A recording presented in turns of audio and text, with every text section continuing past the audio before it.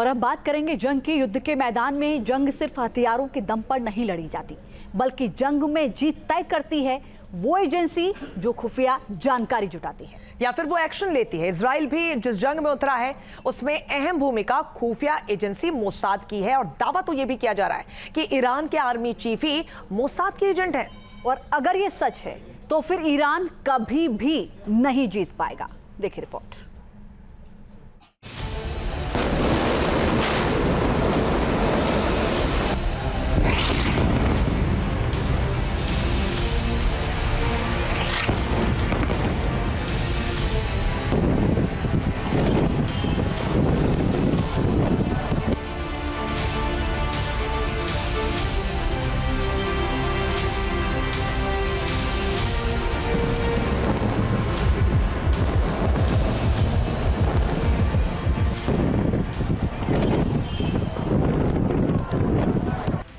जिस मुल्क के चारों तरफ सिर्फ दुश्मन ही दुश्मन हो, उसे अपनी हिफाजत कैसे करनी है, कैसे अपने दुश्मनों पर दबाव बनाकर रखना है और कूटनीति की जमीन पर कैसे सबसे आगे निकलना है, यह अगर सीखना है तो इसका सबसे बड़ा उदाहरण है इजराइल।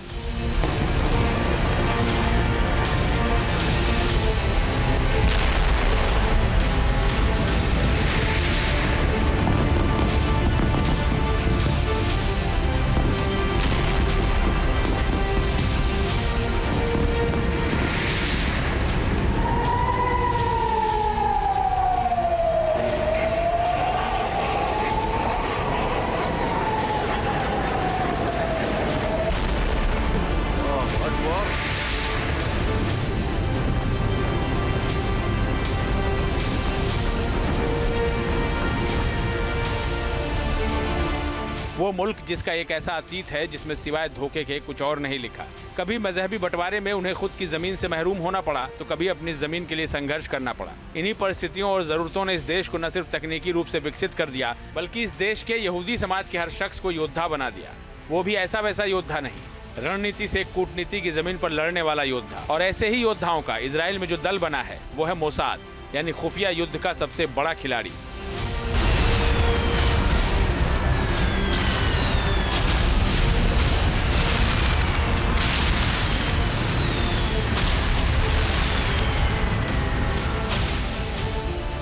अगर आप मोसाद को सिर्फ किसी देश की खुफिया एजेंसी के तौर पर जानते हैं तो आप मोसाद के बारे में बहुत कम जानते हैं, क्योंकि मोसाद एक एजेंसी मात्र नहीं है, बल्कि ये इजरायली जांबाजों का अपनी मिट्टी के प्रति ऐसा समर्पण है जिसमें वो अपना शरीर पहले ही ऊपर वाले को सौंप देते हैं और जो रूह बसती है उसे मिट्टी के लिए नेक मकसद में काम में लाया जाता है।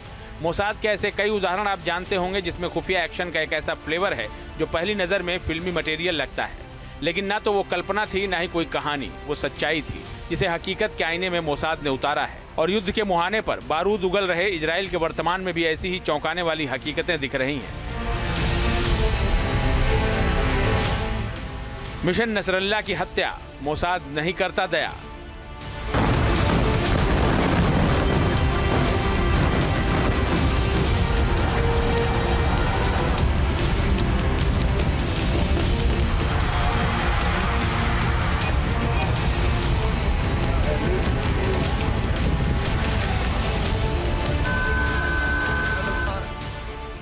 लेबनान में पेजर धमाके, मोसाद के पटाखे।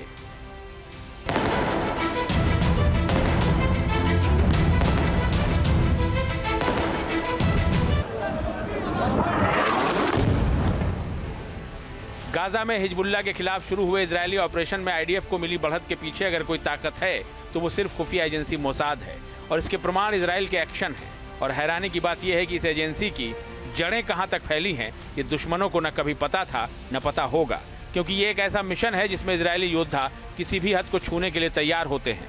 और इस बार जंग में मोसाद की तरफ से जो ताज़ा अपडेट मिले हैं उसने दुश्मनों को सन्न कर दिया है।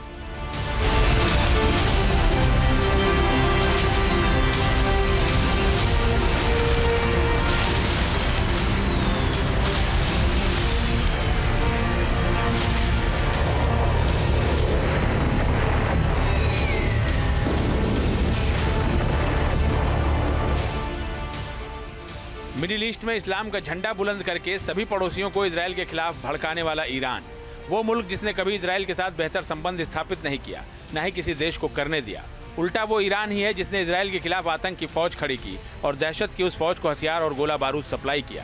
इस बीच कभी इजराइल पर ईरान हावी दिखा तो कभी ईरान इजराइल के टारगेट पर नजर आया।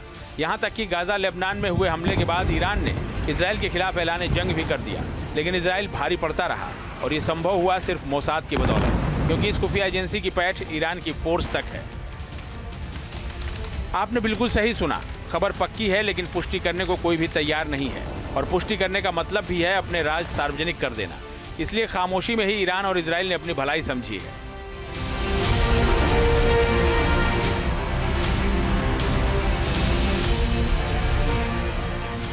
दरअसल खबर यह है कि ईरान के आर्मी चीफ इस्माइल कानी खुद इजरायली जासूस हैं। हालांकि खबर की पुष्टि नहीं होती, लेकिन बताया जा रहा है कि इस्माइल कानी मोसाद के लिए काम कर रहे थे, इसलिए इस्माइल कानी को ईरान के अंदर हिरासत में ले लिया गया है और पूछताछ के दौरान इस्माइल कानी को दिल का दौरा पड़ गया। हालांकि IRGC के चीफ इस्माइल कानी को लेकर इस समय किसी भी तरह की जानकारी सार्वजनिक नहीं की गई है, लेकिन विदेशी मीडिया हाउसेज ने अपने पुख्ता सूत्रों के हवाले से बताया है कि इस्माइल कानी को लेकर जो खबरें सामने आ रही हैं वो बिल्कुल सच हैं। अब ये कानी पर संदेह है या मोसाद के एजेंट के रूप में कानी के काम करने के कोई पुख्ता सबूत हैं, ये सिर्फ ईरान के शीर्ष नेतृत्व तक सीमित रखा गया है, लेकिन दावा है कि कुछ ऐसे संकेत मिल गए हैं जिसमें कानी संदिग्ध हैं, जिनमें पहला है हिजबुल्लाह के नेता हसन नसरल्लाह की मौत और नसरल्लाह के उत्तराधिकारी हाशिम सफीउद्दीन का लापता होना।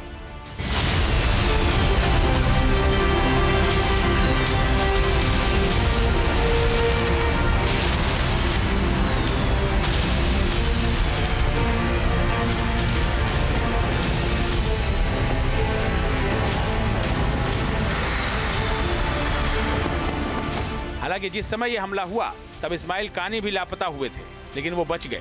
वहीं नसरल्लाह की मौत हुई और सफीउद्दीन गायब है, यानी शक की गुंजाइश बनी और इसे आधार मानकर एक्शन लेने की तैयारी शुरू हो चुकी थी। हालांकि तब सिर्फ अफवाह थी, लेकिन यह अफवाह अब हकीकत में बदल गई है, जिसे मजबूती दी है इजराइल के कम्युनिकेशन एक्सप्लोजन वॉरफेयर ने।